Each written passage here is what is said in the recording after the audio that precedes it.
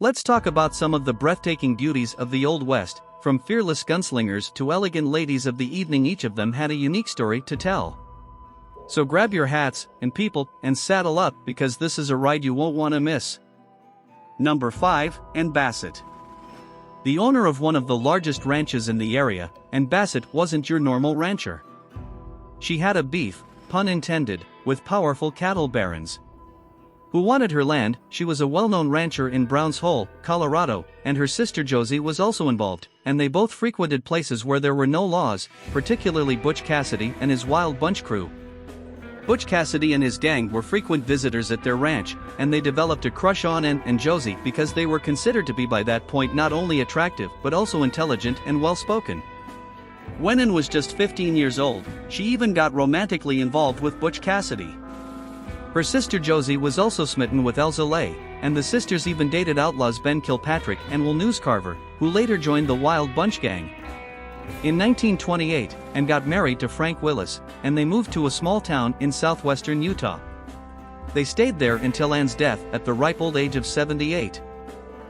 Number 4, Libby Thompson. Squirrel teeth while working as a prostitute and dancing her way through Dodge City, Kansas, and other cowboy communities in the 1870s, Alice Elizabeth, or Libby Thompson, became known as Squirrel Tooth. Here is a photo of Alice strutting her stuff for her fans with her pet squirrel. It was difficult for Libby to grow up during the Civil War because her family very much lost everything. Things then took a terrifying turn when Comanche Indians kidnapped Libby from her family's farm in 1864. She lived with them for 3 long years until, in 1867, her parents paid a ransom to reclaim her. She had 9 children, 3 of whom may have had a different father than her husband. Most of Libby's sons went on to lead criminal lives, while her daughters continued her line of work. Libby lived a really long life and finally passed away on April 13, 1953, at the ripe old age of 98 in a facility called Sunbeam Rest Home in Los Angeles, California. Number 3, Susan Anderson.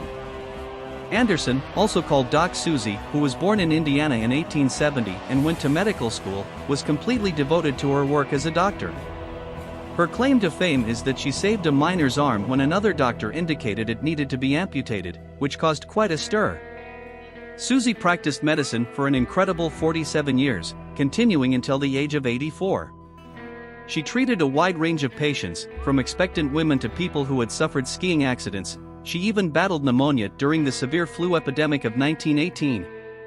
In the 1950s, newspapers and magazines couldn't get enough of her, and even actress Ethel Barrymore wanted to make a movie about her life, but Doc Susie turned that down.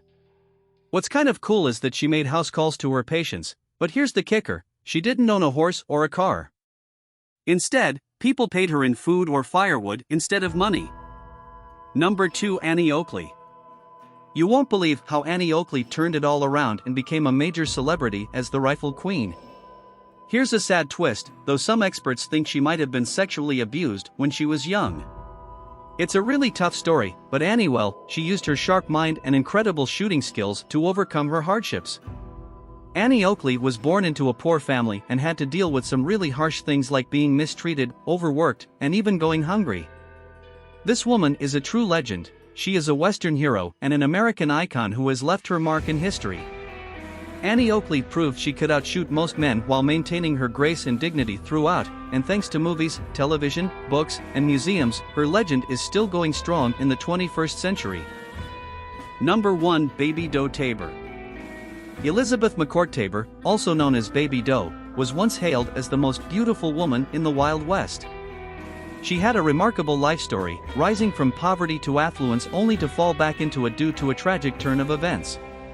The drama in her life has made Baby Doe Tabor a legend in Colorado and American history.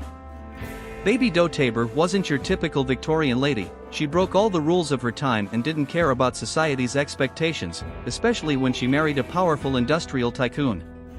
Her life was like a roller coaster, riding the ups and downs of fortune, which many people in Colorado and the Wild West experienced during the late 1800s and early 1900s.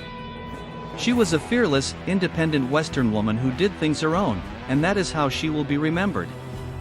And there you have it, our list of the top 5 Old West beauties. There are more beauties we haven't mentioned, but those will be in the upcoming films, so be sure to watch those as well. Okay, that's it for today. Thanks for watching. We'll see you in the next one.